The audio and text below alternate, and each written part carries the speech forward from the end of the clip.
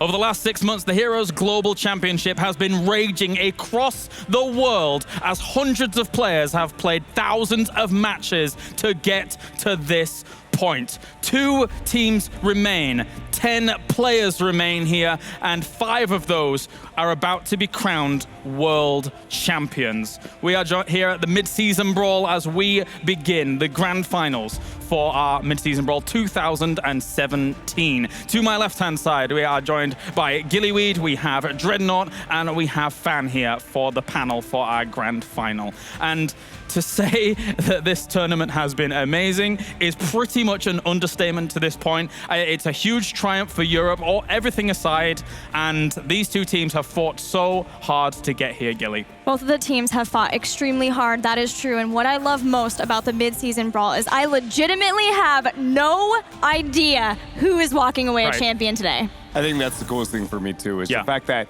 the lack of predictability, and also I feel like some of the strategies here, we're gonna see some creative stuff, the fact that it's EU versus EU, some intertwining of the metas for these teams. Yeah, there's a lot of hype around these 2 teams. I mean, Dignitas historically has been the favorite team, but we saw here, yesterday, Fnatic, they were taking games over Dignitas even when they were put under heavy pressure situations where they normally collapse, so it really is an unpredictable final. All right, well, let's take a look at the bracket, see how these 2 teams got here, as well as we do have up to the top, Fnatic reigning strong at the moment. They made their way through in the upper bracket, and they do go into that best of 7 with a 1-0 advantage. Meanwhile, down to the bottom, you can see that they were knocked down there by Team Fnatic. It is, of course, Dignitas taking that victory over L5 just moments ago. And it was a very hard-fought battle there between Dignitas and L5. It could have gone either way. Yeah, there were finally the games where L5 were able to take games off of Dignitas, which they have been trying to do throughout this event. But Team Dignitas at this point is incredible at punishment. Korea has been known for their ability to punish a team, and I think that at this point, Dignitas may be the most punishing team in the world. If you mess up versus them, you're out. I also think that the draft diversity that Fnatic has been able to provide is going to be difficult for Dignitas to actually punish them. Right. On the back half of the draft, Fnatic has been one of the least stable, and I mean that as a positive. It's like they are hard to predict beyond the second ban phase and how they're going to approach a map. They're definitely a very strong team here, Dignitas coming in, but of course on the other side is Fnatic, an equally powerful team. They've shown in this tournament throughout that they are not to be trifled with. Yeah, and I mean, talking about draft diversity, it's not just that every player can play so many different heroes on Fnatic. They also tend to have these specifically crafted strategies. You saw yesterday, for example, the one on Sky Temple. Yeah. They are really, really good at bringing specific compositions that they know have very high win rates, and it's hard to deal with something like that. Well, of course, it's time to welcome our first team here to the grand finals, as they've gone all the way through the winners bracket and looked strong in the groups. It's Team Fnatic.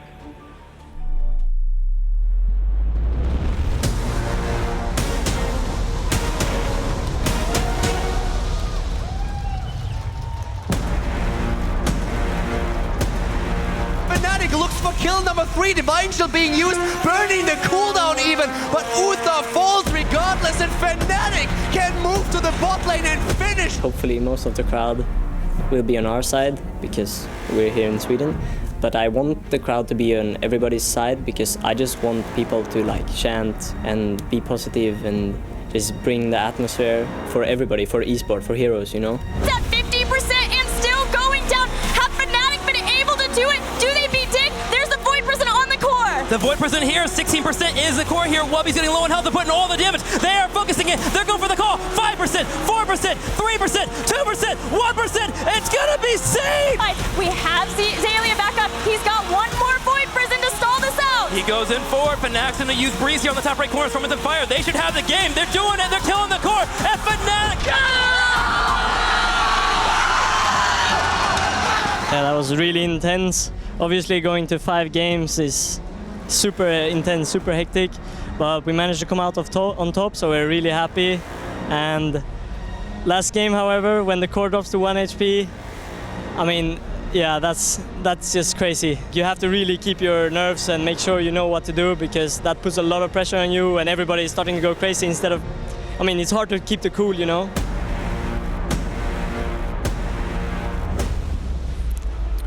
The victors of the upper bracket, hailing from Sweden, the 5 kings in the north. Please make welcome to the stage, Team Fnatic!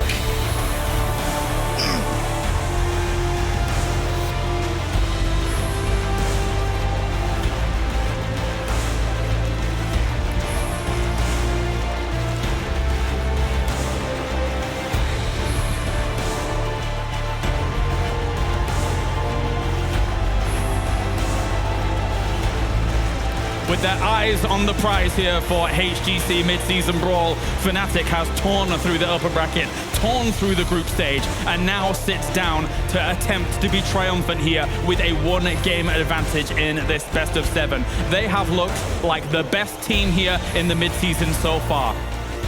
Every player, a playmaker for Team Fnatic. They have done it once. They have beaten Dignitas. They just have to do it one more time. Momentum is something that I feel like Fnatic needs to abuse in their favor with this crowd. Having the Swedes here to back them up, it is going to be crucial here against a stable and consistent team like Team Dignitas. Not only do they have the crowd behind them, they also have that 1-game advantage coming from winner's bracket. I know they were quite upset at Western Clash because they ended up losing 2-3, but they sailed through winner's bracket, so they only got 1 life essentially back then. Absolutely, it's got to give them some reassurance here coming in with that 1-map advantage. I mean, every single time Fnatic has gone up against Dignitas in some of these high octane and high intensity moments, they have fallen short, but they proved in that winner's bracket that once again, they were able to defeat them, and going up against Dignitas, they have to have their nerves rested going into this final. The nerves may be rested, but I think they can flare up again really easily. The fact that it got down to the wire, the 1% core of all ways to end that series, it is intense. I think even looking beyond just what we've seen between these two teams in this tournament, there's a lot of weight on the shoulders of Fnatic, because not only the bane that seems to be Dignitas to them, but again, they are yet to really claim a first place spot at any tournament as a 5-man roster. So there are tons of variables that can work for and against Fnatic in this game, and I can see them excelling or crushing because of it. They haven't claimed a championship or a world championship, but they were certainly close to last BlizzCon fan. Yeah, I mean, last BlizzCon, they beat out MVP Black and ended up in that 2nd place. Here, they are definitely not looking to end up 2nd place again. They want the championship this time around, having been such a strong team for such a long time. I mean, it's a testament actually to Fnatic's continuous skill that they were able to make back-to-back world championship finals with some of the hardest competition on the planet. Yeah, that's a great point. They have been projected to win events for a long time, and obviously not at BlizzCon. And that allowed them to not have the pressure on them and do really well, able to beat MVP Black and even take a game off of L5. But now, that pressure is back. They were and have been the projected victors here the entire time. I think that just makes the series that much better. It's just legitimately everything is like, I don't know. You know, as Gilly put it, it's just I have no projection on who's going to win. It all comes down to the draft and the mentality of the teams. All right, well, let's welcome our 2nd team here to the grand finals as well. The other counterpart European, as these two have been doing war constantly on European soil. We're going to head off to Team Dignitas.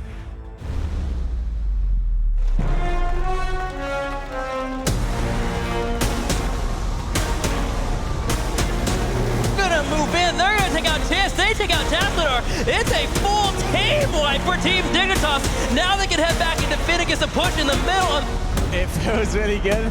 Our goal ever since Spring Global Championship last year has been to beat MVP Black, and we finally did it. Like, we're really happy. And here, 16% is the core here. Wubby's getting low on health, they're putting all the damage. They are focusing it, they're going for the call. 5%, 4%, 3%, 2%, 1%, it's gonna be safe! It was pretty insane. Obviously, they drafted a very specific cheese intended to end the game with that boss push. I think there wasn't much we could do without knowing about it, to be honest. We have seen Zaylia back up. He's got one more Void Prison to stall this out. He goes in forward, Fnatic's gonna use Breeze here on the top right corner from the fire. They should have the game. They're doing it, they're killing the core, and Fnatic will do it! They will break the...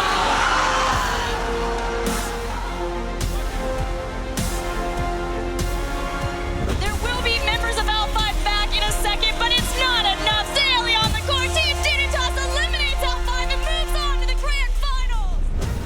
excited to beat L5 for the third time this tournament. Really happy with how the series went. It just feels amazing. Fnatic, we're coming for you.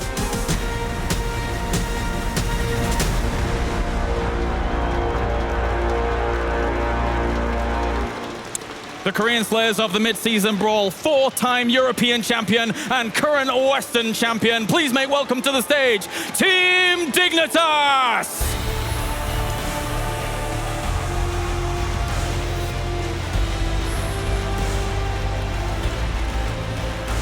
They're no strangers to gold here, as Team Dignitas, multiple-time champion on this continent, is now going to challenge their rivals here in the European scene to become world champion. And for them, they set out with the goal of becoming the world's best. Today, they have an opportunity to prove that, Gilly.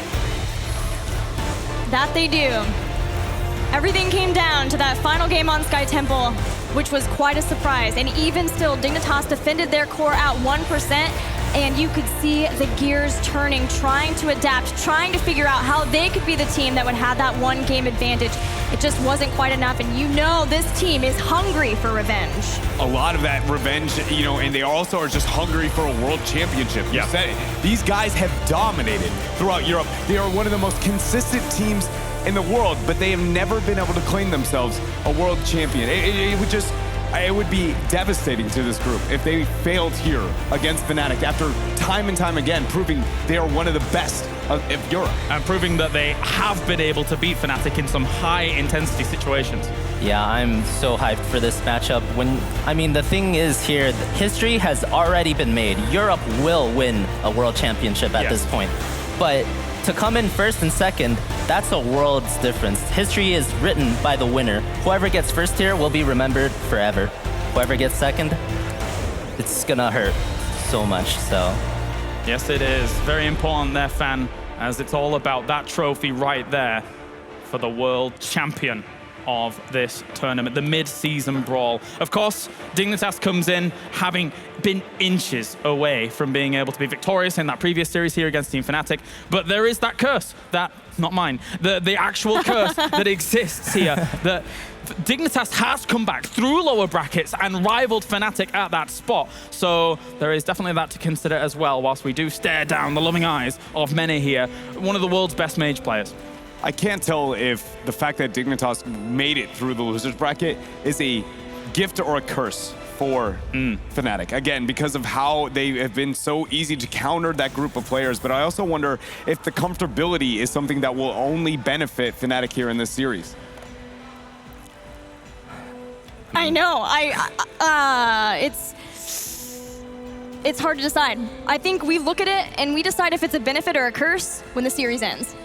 I guess, yeah. That's it. That's a good place to judge it, I suppose, because right now, these two facing off against one another. I think overall, looking at all the competition here in the mid-season brawl, they've both proved that they're able to trump it all, but Dignitas, in particular, has conquered Korean team after Korean team after Korean team, map after map after map. And I think in their heart of hearts, they believe they deserve this championship after conquering the previous dominant region. Is that fair to say? I think it's fair to say, but I can think that could also be a setback for them. Any player who walks into a series being, I deserve to win this, when things go sour, it can only push against you mentally because you're like, this is mine, but it is going out of my grasp. I cannot redeem it. And so, again, Dignitas cannot let that get to them. Do bear in mind that it is a 1-0 lead starting off in this series. It's a best of 7, but because Fnatic was never knocked down to the lower bracket, they do start with a 1-map lead here in this. So effectively for them, they have to win a best of 5 scenario, where Dignitas has to win a best of 7 scenario. So it's definitely a strong advantage to come in as a pro player here, Fan. Yeah, having one map up in a series like this is a huge advantage here, but I'm sure Fnatic is not going easy at all here. From what I can tell, like Dread said, Dignitas, they seem very confident in themselves, but at the same time, Fnatic seems very determined. They seem more determined than I have ever seen them before, so. And we've seen them at a lot of tournaments, so that says a lot. We're going to be starting things on Towers of Doom, and what a map for a European versus European final to start on, because they're very well versed on this map. I love The Fnatic picked it? Yes. Right? Right into Dignitas because of what L5 was able to do. Just obliterated Dig in the last series. All right, let's get into it. The grand final. The draft begins now. Fnatic against Team Dignitas. The winner of this series becomes world champion. Another important note about Towers of Doom between these two teams is the last time they faced off, they did not do battle on Towers of Doom. This is a fresh map. It may be that we see some new hidden strategies come out, but man, these two teams, not only have they been in the same region, they've played each other multiple times, but they are scrim partners. So I have to imagine that at this point, the bag of tricks is probably running low. It's going to come down to skill, adaptation to each other. The thing is that Fnatic, I think every day has been teasing us because they keep saying, yeah, we still have more. Yeah, we still have more. But do they is the big question. Have they been mind gaming us every single time that they've actually brought that kind of thing up? So throughout this best of 7 series, we're going to see if that develops. Yeah, I mean, honestly, if Fnatic says they have more, I would believe them. Every time I've talked to them, every time they told me they would use a strategy, they ended up using it and executing it perfectly here. So, I mean, already right out of the gate, that's unusual. I was going to say that leads to an Illidan. Yes. So immediately Fnatic rids of that. So is it Uther? Is it going to be the Abathur? It in fact is an Abathur here for Team Dignitas, leaving only really Dahaka left except for the late fall set that we've seen as a global to respond. Dahaka is a highly contested hero between both of these teams. It's Towers of Doom, so it would be nice to have a global too. So Fnatic potentially going to pick that up in this rotation, but what do they pair with? I mean, don't you love the mind games already, though? Oh, Just yeah. from the very word go in this grand final, the mind games are already there. An Arthas ban into the Illidan. And overall, when you talk to the European teams, they say, this map, if somebody gets Abathur or Dahaka and then the other team doesn't, it's very, very easy for that team. So they could easily pick it up. I mean, Oh, they didn't get a noob. They're going to go for the Dahaka. They viewed that lack of global after the Illidan ban that was forced because the Arthas ban before. Yes. They say we need this. We need to be able to match that. And leaving a Nubarak available, denying Genji does make a late fall set a little bit more appealing, but Dignitas is just going to transition into the standard Nubarak and Uther follow-up. It's been fairly rare that Breeze doesn't get his Anub. It's so highly prioritized by both of these teams, but especially from Fnatic. But in this instance, JPL will be playing it. Also, Bakery only playing 3 heroes this entire event. About 50-50 on Malfurion or Uther. But if he gets his Uther as a follow-up for stuns, he's going to take it. yeah, both sides have extremely strong drafts right now. I do think that the Dahaka Genji here is the right one too for Fnatic, even though the Anubrak is extremely strong. You do not want to give up an Abathur Genji on this map, nor do you want to end up without a global. So it's you gotta just, you know, give up the Unibrak there. The other consequences are way worse. They are, and we see Tracer being hovered here by Fnatic. A pick that, you know, it's shown up here and there throughout the entire mid-season Brawl. Europe was one of the best regions in the world, it seems like, with the hero. I'm not surprised to see that show up in this series, even though it hasn't been a very dominant pick. Well, I mean, it kind of makes sense, right? Because if they banned out Arthas at the beginning, then into them saying, okay, you probably want Illidan, they're looking to try and debilitate Xaylia. Exactly. And especially since the Arthas ban was the original part, they wanted Xaylia to be on an aggressive hero. So that was probably one of the only options left. Yeah, something is getting enabled between having a Divine Shield and Abathur hat too. So Fnatic are just taking away the things that are the scariest, and they feel like Tracer is that. Yeah, one thing that they know is that Dignitas has never played a hypercarry Vala composition in this tournament. I believe they played Vala once, but it wasn't with a Tassadar or anything like that. So they're not scared of the Vala, opting for the Tracer ban instead, which I find a little bit weird. I would have banned the Tassadar if you were worried about Tracer. Okay. Tracer by herself, not that great into the Genji, but... I think that may indicate a support. Maybe not. So why the Tracer ban? So if you go into the Tracer and then you ban out the proper support on the side, like the Malfurion, then your cleanse list, you can move into a Judgment dive later into the draft for Dignitas. It's a possibility that you could do. We've seen teams do it before. So by banning out the Tracer, then you remove the Malfurion ban. I'm sorry, Dread, I had a hard time hearing you over the crowd just then. But That's a good problem to have, isn't it? yes. Yeah, that makes a lot of sense, actually. If this is what Dignitas is doing with their Cocoon one target, all in another, Tracer is very scary for that style of play. I love the Li Ming ban on the side of Team Dignitas, not giving up a double reset, high momentum-based composition. It's very easy to not let your opponent completely snowball it out, but here Fnatic is going into their gray main. By far, the most impressive Curse Bullet play, I feel like, comes out of Fnatic. They are very good at executing with that. They have no hesitation. It's just minute that somebody CCs, there's a follow-up, and they're dead. When you have someone who has been playing gray main as long as Quacknix has, it makes a lot of sense that he would show his prowess with that hero. It's true. Even at the very beginning, when it wasn't necessarily like full go meta, he was still playing it and making it work. And Tyrael to add along with it. The Tyrael gray main emerges again. So at this point, I wonder what Xaylia will be playing here. Zeratul stands out to me as the most likely hero. You could go with the Leoric, but it's not looking too great into the gray main with the bullet here. Even if they move into the Zeratul, it just feels like a very high risk because the Li Ming ban now means that you can't move into a high momentum-based teamfight strategy. It's just relying on, I mean, don't get me wrong, Zeratul's a great Abathur hat picker, but it makes the dimension of Team Dignitas' laning phase so singular that I feel like it is way too high risk, but they've been choked out in this draft. They may be forced to it. Yeah, the problem is the other three heroes the Xaylia likes are all gone. It is. Zeratul, Tychus.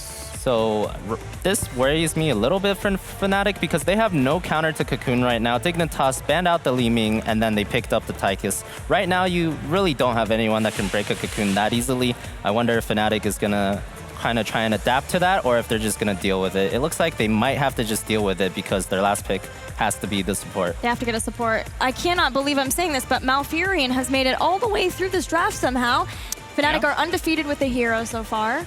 Or do they want something else? Do they want more like a dive along with the next, what I would say be Karzim? Yeah, Karzim is actually a really good pick, and I think they'll take it because they have two squishy backliners, and they also need something to be able to take Cocoon. Punching into a Cocoon is one of the best things you can do as a support. Rhaegar's the next closest to be able to rid of that as fast as possible, but we've actually seen Fnatic 2 times this tournament choose the Karzim over the Rhaegar, and I think a lot of that comes down to the Anubarak, and again, the squishy HP. They have a 5-man melee death ball too. It should thrive. Also air totem to deal with the Zeratul. I like Karzim. And the Brightwing. That was not expected. Woohoo! Oh no. Yay, Brightwing! Oh no. Not like. That was very unexpected. There must be. What's the answer here?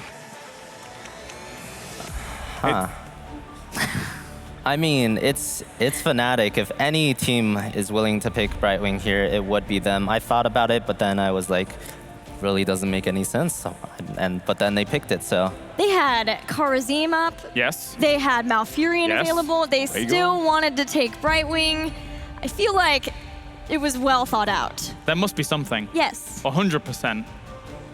Is it to deal with Zeratul as soon as he appears? Try and pop him? Go for a peekaboo? Anytime that you can get the peekaboo to zone off and make Xaylia's approach to the team fight a little bit more difficult is a problem. It's just, is that trade-off better than for the lack of CC that you have, or not CC, but this lack of supporting that you're going to have? The global typically, I don't view it as big enough of a deal because she never wins her 1v1s to be like, oh, it's because of the global. It's purely peekaboo and dealing with Zeratul. Yeah. But I don't know if it's going to be worth a pick. Yeah, it's very intriguing to start out this first game. Fan, what are your thoughts about how Dignitas' draft goes into that?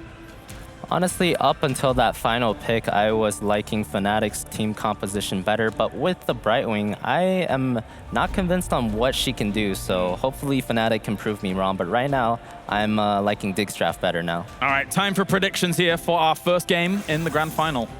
Fnatic picked Towers of Doom against Team Dignitas, and they got Brightwing. I'm voting for Fnatic. I am completely on the same page with Fan. The Brightwing, I'm not sold. They obviously have thought this out. Like, this is not, but I'm not convinced. And so I'm going to leave it up to them to prove me wrong. I got to go with Dig. Bear in mind, Fan, you get the, actually, they cheered just as much for Dignitas as they did for Fnatic. I was going to say you get the easy pop if you go with Fnatic. Just saying. Honestly, I think the critical thing here is the execution. You have Void Prison, you have Cocoon, but you don't have that much burst damage. So I think the Brightwing actually could work. I'm going with Fnatic for this time. Listen to that, that's for you. Well done, fam. Well done. Not Fnatic, all me. Thank you. All right, it's time to get into our grand final in just a few moments. What do you think at home? 54 to 46% to start things off here for game number 1. It's a best of 7. Fnatic starts with a 1-0 lead. We're starting things on Towers of Doom. It's time to go to Kaldor and Trixler for the grand final of the mid-season brawl. An EU versus EU grand final, a day for the history books, but we still need to crown a winner. Kaldor, you've got to be excited to be here. Yeah, I'm definitely ready for this one. Europe versus Europe as we are heading into game number 1. Ladies and gentlemen, and to the left side on Towers of Doom, our first map, we have in blue on Dehaka, Wobi, Genji, played by Shrimpy, Quarknix on Greymane, Tyrael played by Breeze, and Smex on Brightwing. Give it up for Fnatic!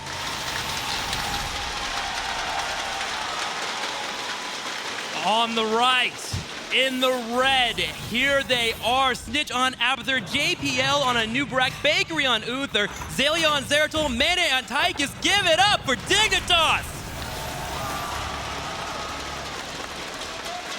An insane crowd as we are heading into our first game. Fnatic, they have the lead in the best of 7 series here. And at this point, Dignitas with such an aggressive composition. Zeratul helped out by Abathur already as Dignitas is looking for a potential pickoff on the map. An aggressive start to an aggressive series. Schwimpy on the top left here as Breeze as well. But I got a question here, Kaldor. Can Brightwing keep up with the Abathur and Zeratul pressure? They trust in Brightwing. They feel that the global on this map is going to give them an edge here. And we had so many supports open. Malfurion was a good pick. We saw Smexy doing amazing things on the Karazim, but they went with Brightwing, and now they have to prove that it was the right decision to make. Alrighty, picking up the phase shift to level 1 here. Schwimpy moving in. The stun comes out from Uther. Trading blows already, but yet no one has gained an edge. You can feel the intensity in the air. There is a lot on the line here, and keep in mind how the first series went between these two teams. It went all the way down to the 5th map, and Fnatic showed a draft that they were trying to hide and nearly lost with it. It was such a close and intense series, and there is a lot going through these players' minds now. Always going to the final game, but we have a total of 6 possible here for today. The rotations so far have been great from Dignitas, but I'm ready to see how they handle the Merc pressure here in the middle at the 130 mark. There's constant movement between Zalia and, of course, Schwimpy as they continue to rotate around. And this is what it all comes down to. This last series between the two teams, Dignitas, they nearly fell, but they persisted throughout the loser bracket, and they wanted, after the loss to Fnatic, to have the rematch, and now they finally have it. They said, we want to prove we are the better team, and they have an opportunity now. Dig with the head start on the Mercenaries, will be on the right side, does scout out Fnatic. Fnatic a bit delayed, but with that Greymane can clear it out really quick. The 3 Alter Phase now activating to the top right, top left, and the bottom. How will Fnatic handle this pressure as Zeratul continues to float around? They have the globals, but they have also to be careful that Abathur is not able to give too much experience to the opponent's team. Already a bit of a skirmish happening here between Zeratul and Schwimpy on his Genji. And in the meantime, we have both of the teams aiming for the altars. Top left, top right, already being channeled. Looks like Dignitas setting up for maybe 2 here. Brightwing comes in with the phase shift and peekaboo. He is going to see Zalia, but Zalia jumps over the wall. Breeze grabbing the altar. Will he get it? Yes, he does. And they will take a lead. Fnatic with a small lead here after the first altar phase, but we haven't seen a kill yet. Both of the teams still looking for an opportunity. Zalia is low, very low, goes back in, but Breeze is moving out. Typically with a Zeratul and an Abathur, you see the pressure from the Zeratul team, but Fnatic's doing a really good job of matching and even keeping Zalia at bay. There is so much that comes down to coordination here and communication. Smexy has to be on point. Every time someone is in trouble, he needs to be the one portaling in and helping him out. So communication is everything on their side. And so far, Brightwing's heading down to Greymane, wants to be near him, healing him up, getting that trait procced up so he can use that peekaboo. Zalia in the top lane continues to push in. I love this rotation consistently coming up from Zalia. Clear, walk away, head down to the middle, and that's where Fnatic's been doing their best to try and catch him. Dignitas, in the meantime, with an aggressive stance on the map, trying to see if they can maybe get a kill. And let's talk about builds here for a moment. We see Genji going into the ping pong build, going for the swift stride focus, and at the same time, when we're now looking over to Abathur, he decides to not go into the toxic nest. Full support for the Zeratul, but Dignitas, they want the killer going in again, and Breeze is in trouble. Breeze is falling. The first kill goes over to Dignitas. Dignitas with the first kill, gotta feel great about that one. They clear out the bottom as well, but Genji's been clearing out the middle, and we also have Dahaka in the top. They're pushing in as soon as possible. Hopefully Abathur can keep up with that wave clear here and keep them in with experience. You can really see the difference in how the two teams currently approach the game. We have Fnatic splitting on all 3 lanes, very isolated here, soaking experience, and Dignitas is roaming as 4, a lot on the map, trying to get these kills, and they're trying it again. Schwempi, 1 stun, 2, dashes out, barely able to escape here, and is able to make it back to safety. Wow, barely getting out there. Xaylia even expecting that deflect to come out, set up for a spot to clear up the Genji, but the perfect timing from him will keep him alive. Now Fnatic has to be aware, 1 ultra in the middle, 1 in the bottom, but Dignitas is primed to move for them. Already Xaylia on the channel, no interrupt. The Haka doesn't risk it. And down to the bottom, we have Fnatic being a bit slow. They want to go into the team fight here. It's even on the points on the core. Dignitas is posturing around the altar. JPL taking damage here. Quacknick's gonna move in, so will Schwempi. Goes in for the harassment. The Abathur hat comes out in time. Smexy currently channeling on the bottom side. Can he get it? Yes, he does. And Fnatic will take another lead here, 32-28. You can really tell how much respect both of these teams have. Exactly. Dignitas is just sitting there saying, we don't like the position. We don't like this right now. We're a bit low in HP. Let's move back. But then again, they start invading here, and that's the team fight. That is the team fight, man. It's going to take some damage here. And look on the right side here. We're having more engages. Drag connects from Wubby. They're chasing Bakery around. But look at the middle. We have Schwempi diving forward here, looking for Zeratul. Can Xaylia get away? Oh, Xaylia, he jumps out, but he gets taken down regardless. That's the second kill. Fnatic with 2 kills. They want to make it 3. Bakery moves out. Schwempi with a wrist, but with his trade, he jumps back out. Bakery survives, but again, 2 members fall for Dignitas. Fnatic showing the kill potential if they go in for the engage. And I'm glad we saw that. Dignitas thinking they could go in for the evade, going for a fight, but Fnatic answers back. Absolutely fantastic game so far. Both of the teams very reserved at the start, but when they engage, then they go all in with everything that they have, and that's what we just saw in the team fight. During all of this, of course, Abathur still trying to get some value here. We're not on 10 yet, so we don't see the copy for him. But when you look at experience, the 2 teams are still dead even. That's actually a really good point. The hesitation right now, great from both teams as we move towards that level 10. Which team really starts to excel at that point? Is it the Abathur composition with Ultimate Evolution, or does Fnatic with the Dragon Blade and their dive potential become more effective? And also, when we're talking about all of this, Brightwing, of course, needs to be so careful also with the vision that she provides for Zeratul. Zeratul is going to be the big game changer in this particular match, and Xaylia, he has shown throughout this entire tournament how strong of a player he is. That he has, and I want to commend Fnatic here. There was a moment where we knew 10 was right around the corner. Everyone played reserve. They knew how important that 10 is. The ultimate will be activating in the middle, but both teams are primed to get that 10. We're going to have a bloodbath on our hands. Yes, we definitely will. Sankt already taken. Brightwing with a blink here. Not all of the players have chosen yet. They're still waiting for Dignitas, who's also approaching their heroic abilities. And there it is, Void Prison.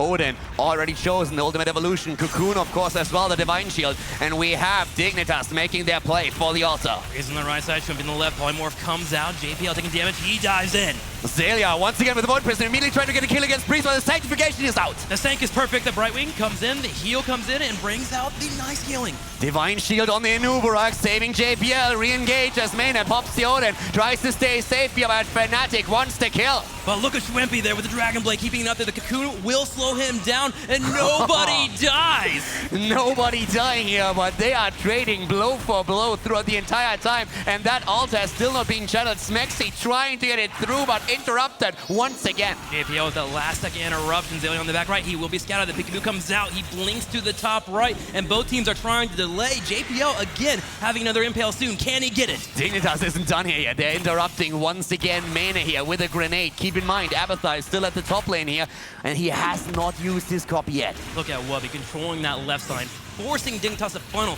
to this right side where Greymane can be effective with that cocktail. So many of these ults are back up again. JPL is kind of low here, needs to get out, but so is Breeze. Breeze not falling, but Inuburak dies. The drag is in! Fnatic getting maybe a second kill here. Will they get it? Bakery tries to fight back, and he finally falls. Fnatic with 2 kills and a channel, continuing to take the lead. They're going to knock back their opponents here to 24 health. Fnatic with a lead in the game now. 24 points on the core for Dignitas. And we are going to take a close look at this. Inuburak falling, they're going in. There comes the drag. And this is just absolutely perfect. They start to snowball it. And Breeze, He was so low on health, on mana the entire time, but he perfectly knows the limits of his hero and survives, but they get the 2 kills. It was perfect. He came down the bottom right, he swung around the Brightwing 2 to get 2 procs of healing, and was ready to go back in for the fight.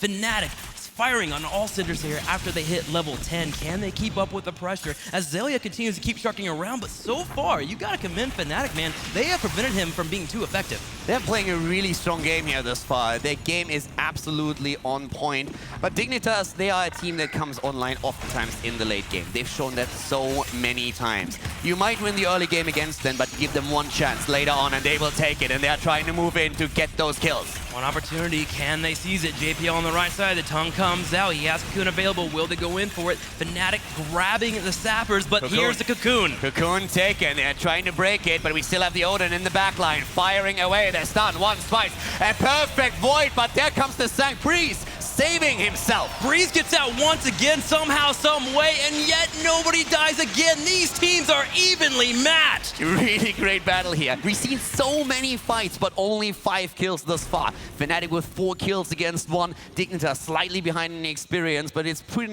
negligible. We have level 13 any second right now, and we will see more altars coming online. And keep in mind, that boss is also starting to look very attractive after a team fight because the death timers are increasing. It's very impressive, actually, how both these teams are so even in experience. The 13 about to hit out, they're not getting any momentum with Dahaka constantly soaking. Dignitas has gotten to a point where they're diving in, but Fnatic has read their playbook. They understand they're coming in for these JPL engages, and they're just not getting them. They just have to be careful with their targets. Dignitas, the only way they kill the Tyrael with that Cocoon and the Void Prison is if they chain stun after the Cocoon breaks, and they did not do that. That's the big problem if they go for that target. So they have to either completely sync those stuns, or they need to choose a different target. For now, the teams, are they willing to exchange altars? It looks like they do. They will get it here. Smexy just making sure that Zerto would not be coming forward, using that phase shift to get the peekaboo out. And again, Fnatic with the lead 28-20. And what's interesting to me is typically when you have EU matches, somebody loses a bell tower. We have yet to have a bell tower fall. Yeah, we are just way away from that happening. But you can see that Abathur is trying to scout out the position on the side of Fnatic. They try to go for the camp. Dignitas sees it. The camp taken, but can they get the kill? Again, Breeze gets out. Good cleanse from Smexy. But the Cocoon comes out. JPL and crew are going to focus down Tyrael as soon as they can. Can he get the sanctification? They have to be on point. There's the drag, the kill, no, it's happening. There is no sanctification, doesn't go through, the kill happens. The Divine Shield being used as the Tyrael explosion threatens Uther, but that was Dignitas with a very well synchronized attack. Dignitas trying to fight here with a 5v4. Wubby's low on health. Is he going to be able to get out? He is going to Burrow at the last second. Snick's ultimate evolution clone will be cleaned up. Doesn't matter too much, but again, Dignitas only getting 1 kill in that fight. You could really tell that it was just so close for Tyrael to get the thank through here, but it didn't happen, and this time it was just better execution by Dignitas. And if they can continue down that path, they will really threaten Fnatic, because look at that momentum spike. They're going in for another one, and they're staggering deaths here. Greymane is down. Dignitas, they smell blood in the water, and they are circling those bell towers like sharks. This is where Dignitas excels. Coordination and execution. They're getting multiple kills, and Fnatic, yesterday there were multiple times where they started to stagger deaths. They need to reset here and wait it out, but Dignitas continues to take this advantage and push it, grabbing the bell tower on the bottom left, keeping Abathur up. Look, they're getting an experience lead, 15.5 to barely 15 for Fnatic. Exactly, and that of course snowballs towards the 16, but we're not there yet, and the altars are going to activate in another 30 seconds. Fnatic, they have Greymane back any moment now, so they need to go into these 5 versus 5, but keep in mind, they can also play with their globals a lot more right now. It's one of the big advantages they have on this map, on Towers of Doom.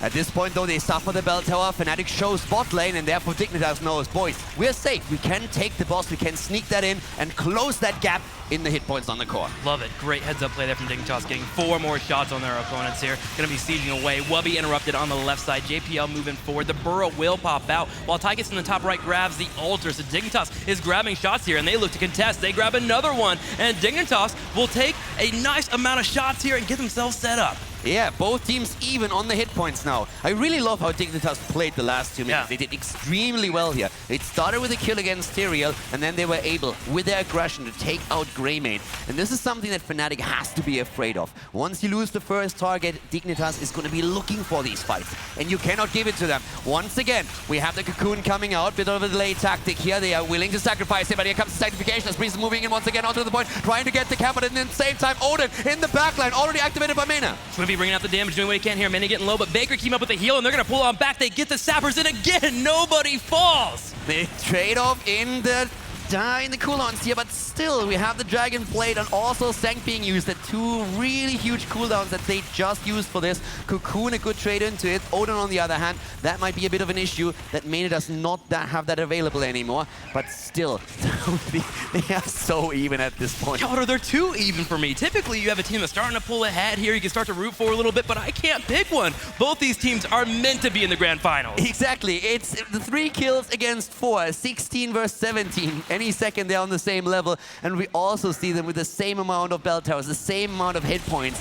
This is an absolute even game between the 2 of them on the first map that we have in this grand final, and it's fantastic. Swimpy almost in trouble there, will get away, just barely dashing out, but Dignitas setting up for a push in the bottom. Abathur and Zeratul are pushing in the middle, but Swimpy is playing as safe as he can. One lone altar will be spawning in 20 seconds. Both our teams neck and neck in experience and control of the map. I'm loving the single altar. Wooby against Zelia at the top. Zeratul versus Dehaka, and both of them walk away, or do they? Zelia is getting really cheeky and the tongue is missing, but still, at this point, they both move out of it. And the global gives Fnatic a bit of an edge if they can make the snap decision down here at the altar. Yes, Dehaka comes in instantly. Zeratul will be a couple seconds late. Here comes Dehaka. Smexy is channeling JPL on the left side, comes out for the impale. It will miss. JPL under a lot of pressure, loses half his hit points. Also, at the same time, Bakery finds himself low and needs to go back. Zelia, on the other hand, is trying to go in,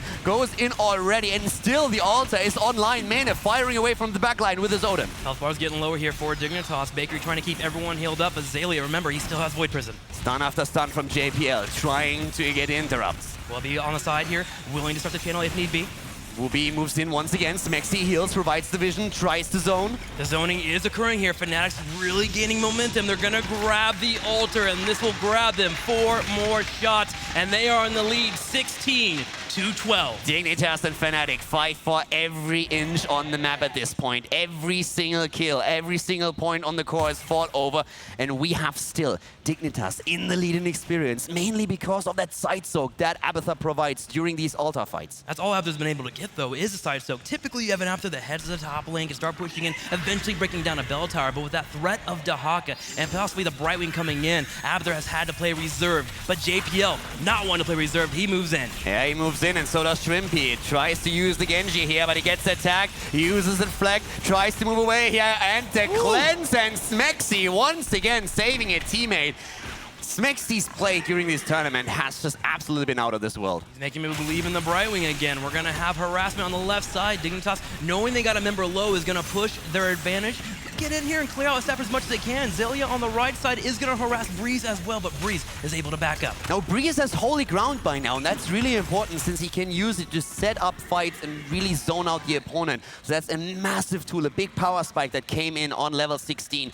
But when we're looking at the experience, Dignitas is setting themselves a bit apart. And once they hit level 20, they're going to be hyper-aggressive. We've seen it before. Go in, cocoon, and then just go for the target, use the Void Prison, and get your kills. Fnatic has to be aware of it. That has been the beauty of Dignitas going in for the engages on the left side, trying to go for the sappers. They don't mind to take the sappers. They're trying to get the Brush Stalker to come out so Abathur can get that lead, and Abathur has done so. 19.5, closer and closer to 20. One ultra spawning in 12 seconds. If Dignitas can delay long enough, they can move towards 20, or they can set up for a trap. What will they do here? Also, talking about the team fights, let's not forget about the benediction that we have on the side of Bakery. Yeah. Getting those stuns in, that's super important, especially when you go up against the Genji. Here comes the channel at this point. Bakery takes it. So basically Fnatic says, you will interrupt us anyway, and you will get the 20 eventually with Abathur, so we can just simply let this one go. I think it's a smart play to make here, because anything else would have been too risky. Just imagine the worst case scenario. 20 comes online, they lose a hero, and all of a sudden they're way more on the back foot. But this is a problem. This should not have happened. This is what Dignitas wants. That really hurts there. Breeze is in the top right, who's actually watching out for the boss. Hang on, we're gonna have Breeze in trouble. Can he get away? It's not looking good for him. He's gonna fall. The Void is connecting on the left side, and JPL is looking to engage. Nice move by Shrimpy, making sure that Smexy can get away. But you can see that every time Breeze is trapped here, he tries to use the Sanctification, it gets interrupted, gets on the 10-second cooldown reset, and then when he's trying to move away, he dies. He needs to try and mind game his opponents a little bit. Hold it back until the stun is over. But at this point, Dignitas is building up massive momentum. They took the middle, they take the bottom, and they get another kill. They get another bell tower as well here on the left side. Will Fnatic get that chance to start making a fight back with Dignitas just starting to stagger deaths? This was a problem for Fnatic yesterday in the matches they lost. Yeah, it's... Fnatic's choice to let the altar go through was really smart. I liked it. They tried to make a play that was a little bit less risky, and then Breeze gets caught. He should have played a bit more passive, and that's a really... I mean, we're nitpicking here, because if a Nubarak dives forward, gets the cocoon, it's really hard to stay outside of this range. But now we have both of them on 12 points, and of course Dignitas will get a lead here, since they are currently going for the boss. But we have 2 altars active in another 17 seconds. By that time, Fnatic will be back on the map with 5. Caldera, it's completely fair here to actually nitpick because of how close these teams are in terms of skill. With 2 altars activating in 7 seconds, Fnatic has one chance here to move in and be on the same level of Dignitas and bring themselves back in the game. They only have 8 health left on their core. Breeze with the nullification shield on 20. That's going to help him a lot with these engages as we've seen thus far. Once again, he's attacked. Smexy is there and helps him out as we see the teams fighting over the altars. Once again, 20 versus 20. 8 points on the core against 12. Wubby on the back right. He is in trouble. JPL coming in. He's going to burrow and get to the back right corner while Quackness continues to poke. Breeze has the Odin already. He's firing away with the big red button, trying to get the kill. And Zelia looking for an opportunity to jump into the back line. Zelia with the harass, but it's not enough here. Wubby is getting healed up by Smexy. They're looking for the altar. They're starting to control it. They're baiting Dignitas in. They're trying to wait out the Odin as well. If they can make that happen, that's a lot of damage gone, but Wubby is again in trouble. That's where Brightwing starts to have a problem here. Can she heal everyone up? Wubby's still in trouble. Is he gonna fall? Wubby does fall. Dignitas gets the kill. Dignitas is making it happen. The Divine Shield on Zeratul is keeping Zelia alive, and Shrimpy is trying to escape here against the shield, but it might not be enough. He's trying to re-engage, but that's the double kill. Dignitas with 5 versus 3 on the map now. 5 versus 3. Smexy's on the left side here. Can Fnatic do anything? Everyone is full health here except for Zelia for Dignitas. They're looking. They're moving in. They're wanting to take Breeze out. Even Quacknix would be a great target. This is the last altar. They have 4 points on the core. They need to win this. They need to fight. They can't win it. The Breeze is going to fall. Trade value not even possible here. It's just Smexy against the wall with 4 people on the bottom right. Cocoon came out. Smexy jumping in, jumping out, interrupting once, interrupting twice. They still have Greymane. Quacknix is there. The zoning is starting. Ice block used, but Brightwing dies, and so does Greymane. Team Dignitas goes in for the altar. Bakery's on the channel, completes it. And with this 4 shots, we have Dignitas taking game number 1 of Fnatic, tying the score in the best of 7 series. Dignitas with the victory. The world stacked against them here as Fnatic here in their hometown, ready to really do well in the matchup, but Dignitas does not care. They're all about winning the series, and they're going to tie it up here 1-1. The beginning of the series was just so close, and Fnatic played it really smart, and it all came down to the level 20 when we had a 1 engage against Tyrael, against Breeze, who was not able to get the Sanctification through. All of a sudden, the death of him, the staggered death against Greymane, and 2 bell towers lost, that really put Fnatic on the back foot. Yeah, I really felt like the Dignitas factor came into effect there. That late game, them knowing how to get picks, them knowing how to make Fnatic stagger deaths. Fnatic is a team that rarely makes those mistakes, but somehow, some way, Dignitas pulls it out of them. You can just really tell how tense this is here. Yeah. The teams have so much respect for each other, but once they see an opportunity, they immediately jumping, try to get the kills. It was just absolutely beautiful. Great first game for the series. Well, Analyst, what did you think about that match?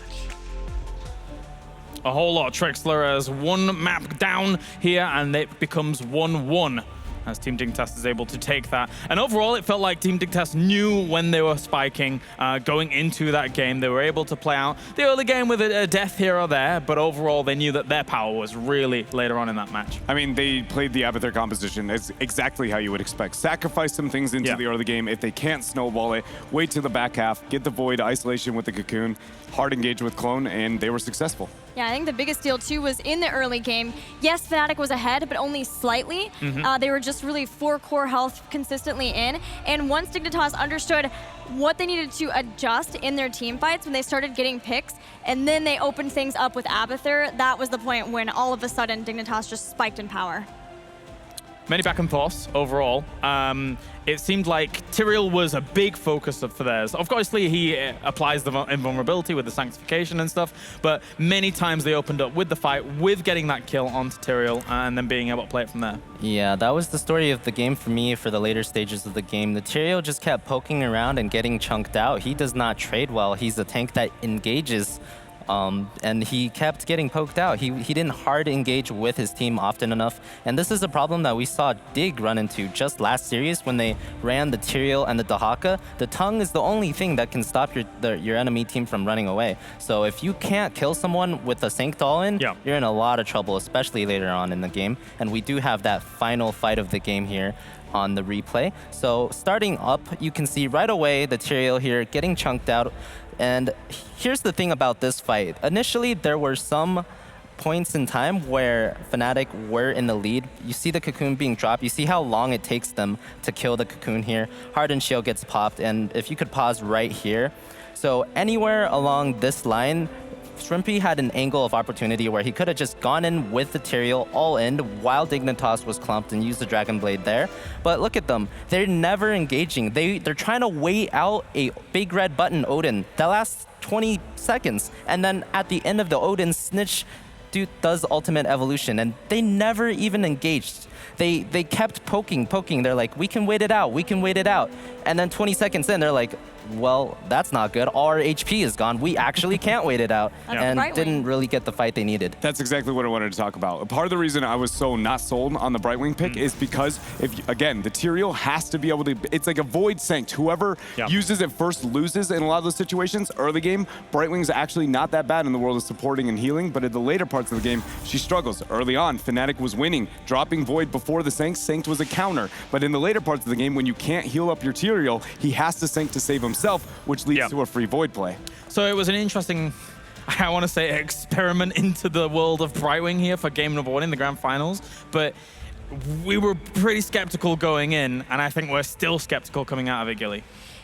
Yeah, her ability to keep people alive versus that kind of poke in the end was a huge difficulty for the team. Yes, she had Peekaboo, she still had a cleanse too, so she was giving vision to the team. She has a lot of utility, a lot of damage mitigation, but the problem is when you have your main warrior being somebody like Tyrael, who is less tanky overall, he gives some shielding to the team, yes, but overall they had trouble with that kind of poke. And a thing to note is we used to see Brightwing picked with Tyrael to be the cross-supporting of Tyrael can make up for the weaknesses of Brightwing. But Tyrael has only been nerfed. Not only in his ability to help his teammates, but also to sustain his own health into the front line. So that strategy has only been dropped harshly in power since the latest patches. Our map next is going to be Cursed Hollow here, as Dignitas has tied it up, so effectively brought themselves back on